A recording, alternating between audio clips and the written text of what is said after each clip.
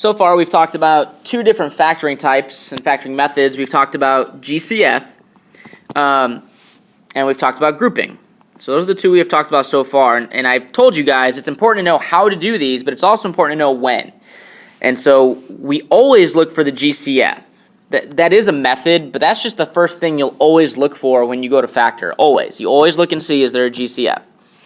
Grouping you do when there's four terms. Once you get four terms, then you're going to group and do the GCF of each group.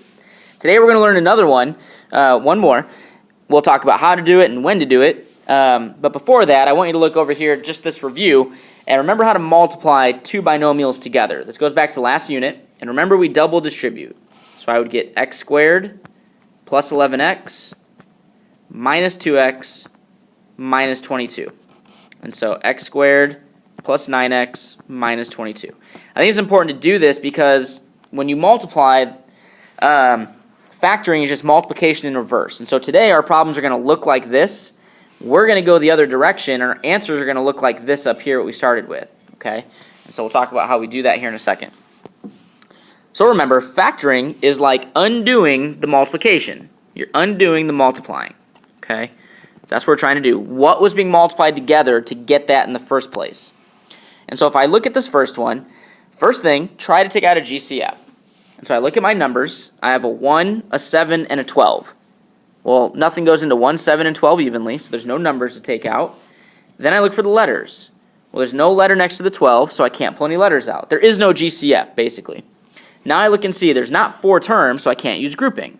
But I can still factor this another way, and that's what this method is going to be today. This method is going to be done when we have a quadratic, so x squared, trinomial. Three terms. Quadratic trinomial. That's where we're going to use this method, for quadratic trinomials. Okay? When you have a quadratic trinomial, we always write it as ax squared plus bx plus c. Meaning a is the number in front of x squared, b is the number in front of x, and c is the constant. Okay, it's important to know what a, b, and c stand for. So here's how we do this. We have to find two numbers. This is going to be the most important part of these notes, so listen carefully. We have to find two numbers that multiply, this is important, they multiply to be the c value. I have to find two numbers that when I multiply them, I get, in this case, 12. Two numbers that multiply to be 12. But at the same time, that same pair of numbers also has to add to be 7. They have to add up to, in this case, the b value. So I have to find two numbers that when I multiply them, I get 12, but when I add them, I get 7. Okay, that's what I'm trying to find here. So I got to start thinking of numbers that multiply to be 12. Well, I have 1 and 12, but that doesn't add up to 7. I have 2 and 6, but that doesn't add up to 7. I have 3 and 4. Well, that does add up to 7. So my pair that I'm going to use is positive 3 and positive 4. And so here's how I write my final answer after I find that pair of numbers. Notice how I have two sets of parentheses being multiplied. That's what our answers are going to look like. Well, the first part of those parentheses, I'm just going to put x and x. Okay? When I split them up, I'm basically splitting up that x squared into x and x. The numbers I'm going to put inside of there are those two numbers I found right here. Positive 3 and positive 4. And that's my answer. I had to find two numbers that multiply to be 12 and add up to 7. And once I find those numbers, I can write my final answer. And if you want to check, just go back through and double distribute and see if you end up with the same answer. And you will. All right. So the next one. Okay, so step 1, always look for GCF first. Always. The last one didn't have a GCF, but this one does. Okay? I can actually pull a 2 out of all those numbers. So it says, how can we make it look like the last one? Take out a GCF. So I'm going to take a 2 out. And I'm going to get x squared minus 17x plus 42. Take a 2 out. Okay. Well, sometimes, let me put an example up here. Think of the number 20. Okay? Look at the number 20. When you factor, I just factored that polynomial. I took a 2 out. But sometimes when you factor, so like if I factor 20, I get 2 and 10. Sometimes you can factor one of the other pieces even more. Like for the 20, I can factor 10 into 2 and 5. That's what I'm trying to get at with this next one. Sometimes you could take a GCF out, but what's left over you can factor even more using other methods. Okay, so GCF is always the first thing you look for, but sometimes after you do that, you can take what's left over and factor it more if it looks like one of the other methods we can do. So here inside the parentheses, I have a quadratic trinomial. Okay, so here's what I have to find. A pair of numbers that when I multiply them, I get positive 42, and when I add them, I get negative 17. That's what I have to find right now. A pair of numbers that when I multiply them, I get 42. When I add them, I get negative 17.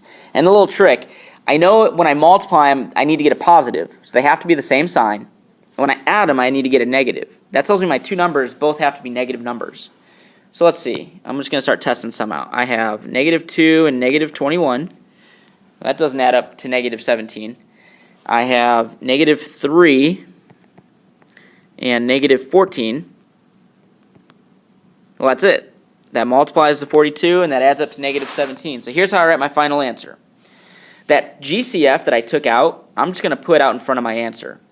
But that thing I have circled in red, I'm going to put two sets of parentheses. And I'm going to put x minus 3, x minus 14. And there's my final answer. All right, going over to the next page. A lot of the same stuff.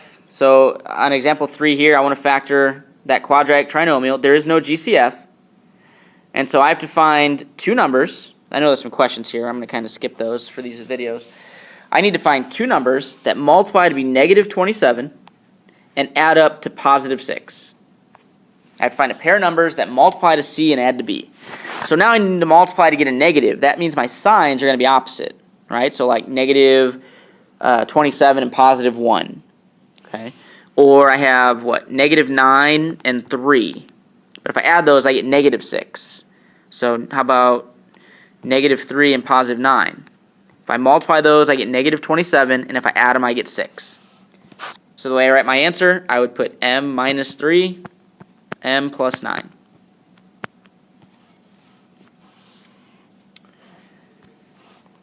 Next one is very similar. I could pull out a 6 and an x and go from there. But I want to jump down to the solving here at the bottom. Okay. So I look at 2 here, and now I notice there's an equation. So the whole point of factoring, there's a couple reasons, but one of the main parts is factoring allows you to solve equations that have larger exponents. When you factor something, you're trying to break the exponents down. And so here I have an equation, and I want to solve this equation. And so here's what I do. Pretend the equal 0 isn't even there right now. Okay. Just factor this like we did on the other ones. Find two numbers that multiply to 56 and add up to negative 15. Some of you are going to be really good at finding these numbers. Some you'll have to list them out because it'll take some time. But I know that it's going to be negative 7 and negative 8. So I'm going to put x minus 7, x minus 8 equals 0. Now here's how I find my answers. And notice I said answers because there's going to be two of them. I'm going to take each factor that has an x in it, the x minus 7 and the x minus 8, and I'm going to set up mini equations. I'm going to set x minus 7 equal to 0, and I'm also going to set x minus 8 equal to 0. After you factor, set each factor equal to 0, and then solve each equation to get your answers. So on this first one, I'd add 7 to the other side, so x equals 7. Over here, I would add 8 to the other side, and x equals 8. So I get two different answers on this problem.